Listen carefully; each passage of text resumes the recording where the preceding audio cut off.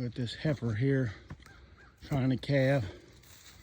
She's having some problems, it seems like, so we're going to try to help her out, see if we can't get it come on out. The feet are sticking out, so it's 19 degrees out here, so try to get this taken care of.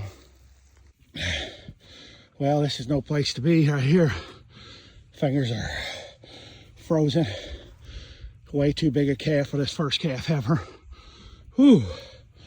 I just hope we can get it out of it right now. We're pulling like the dick, as I think it's airlock, so Chris went to grab some different gloves. So fingers are frozen. Well, not the outcome I wanted. I had to go all the way back and get the calf puller. Big old calf for a first calf ever. And she's got afterbirth coming out of her. She's probably paralyzed. She's been pushing so long. We try to set her up and try to let the feeling come back in her her pelvis.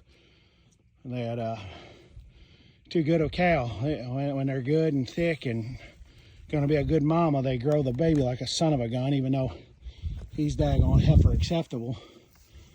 But just hope we can save her now. Anyway.